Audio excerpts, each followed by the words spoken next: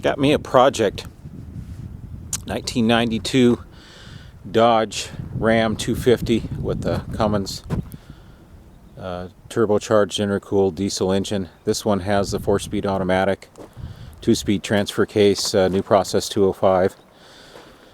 It's got a Dana 60 front, extra heavy duty, 4,500 pound rated front axle under it, just like my 93 5-speed.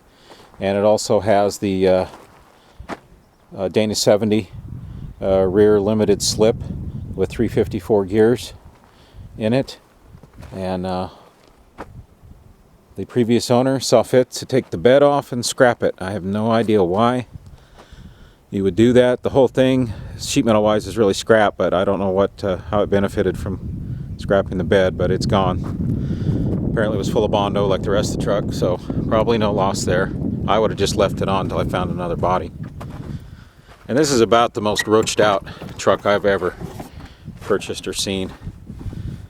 It's pretty bad. It's got moss growing in the floorboards.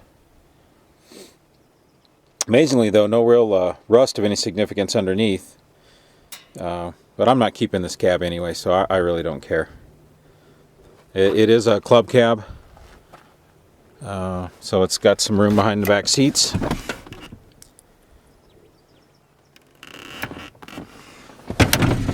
Headliners held up by a couple of 1x2 sticks.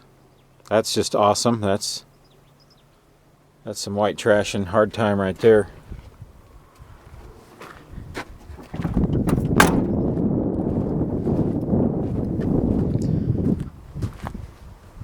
Guy was not the world's best driver.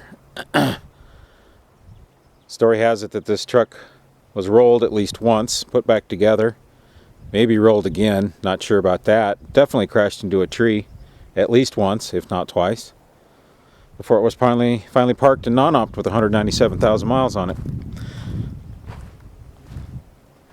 Too bad for the truck, but I'm glad the guy parked it. I hope he's still not driving. Apparently he doesn't do a very good job. The fuel tank there, polypropylene. There's just absolutely no tread on any of these tires. Basically bald tires. This thing just wheels like you wouldn't believe. It's really awesome. Passenger side, custom upholstery right there. Cutaway view of the springs so you can see how the seats put together. That might have been extra when you bought the truck, not sure. Filthy dirty dash, steering column. It's got tilt wheel in it. Pretty rough. Looks like they sectioned the cab on both sides. They put a new lid on it, which I would never do. I just hope it wasn't done with insurance paying for it, because that would just be a shame. Tell somebody they could fix a truck by splicing a new roof onto it.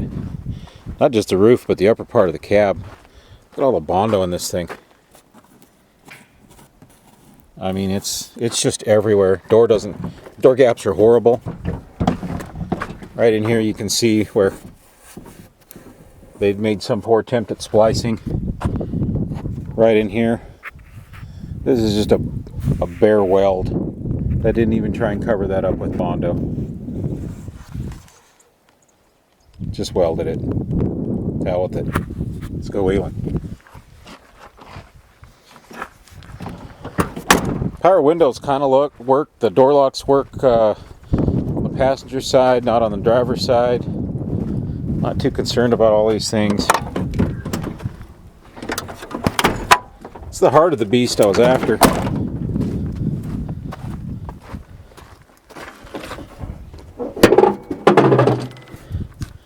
And there it is.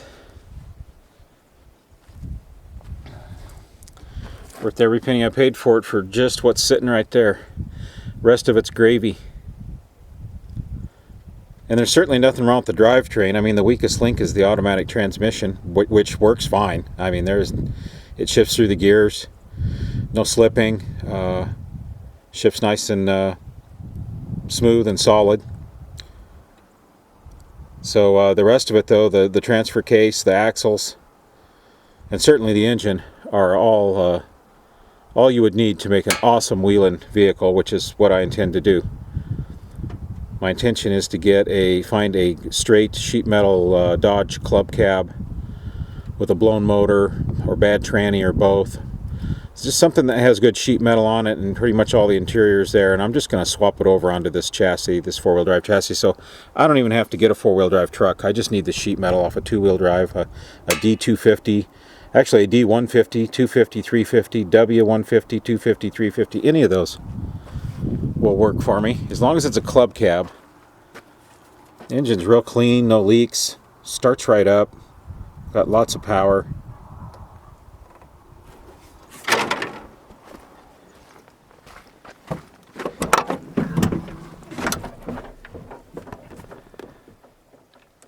$197,000, 329 miles. Just broke in.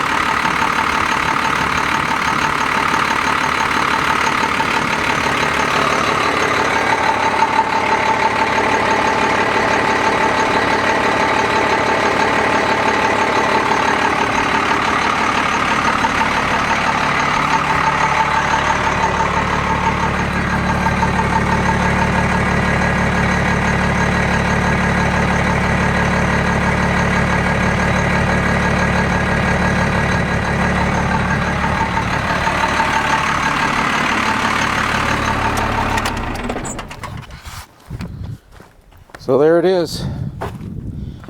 Fun, fun, fun.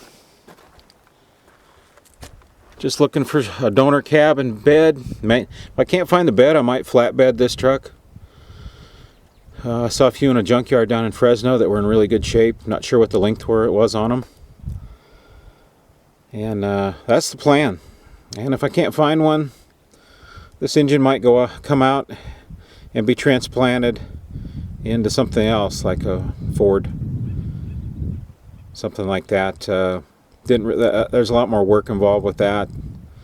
It would be fun and challenging, but I think it'd be enough of a challenge just to swap this cab off and put a new cab on it. That way, at least the wiring and everything, it would be pretty much just a swap. So that's what I'm looking for, and that's the plan.